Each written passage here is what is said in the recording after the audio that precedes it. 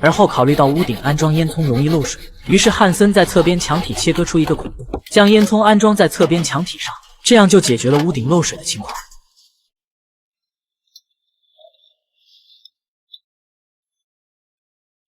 壁炉周边再用隔热棉、隔热板进行隔离，保证屋内的用火安全。